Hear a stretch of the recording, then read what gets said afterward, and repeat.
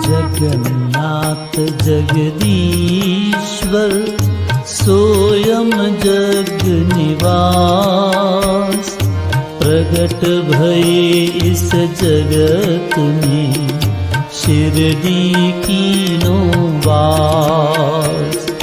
पावन निर्मल ज्ञान दे जग को कियो उद्धार, करुणा दृष्टि से साईं धरती लियो भार, धरती लियो भार।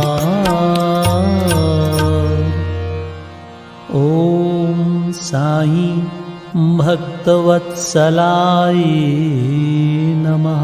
जुग जुग सच्चे भगत उपाय हे साईं भगवाना, दास कबीरा चोखा मेला पंढरपुर में नामा, पंढरपुर में नामा।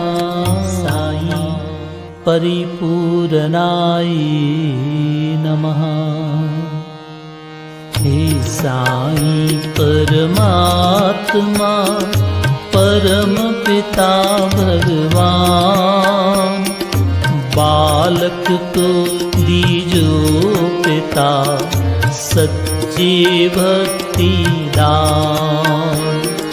मेरो ये मन सदा सदा रहे आप में लीन, षट विकार से हे पिता कबहु न होए मलिन।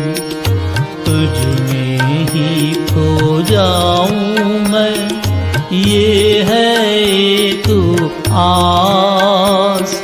हे बाबा परवान हो बच्चे की अरदास, दीन बाल की बेनती सुनो मेरे भगवंत। मिलकर तुझ अनंत में होवे मेरा अंत, होवे मेरा अंत।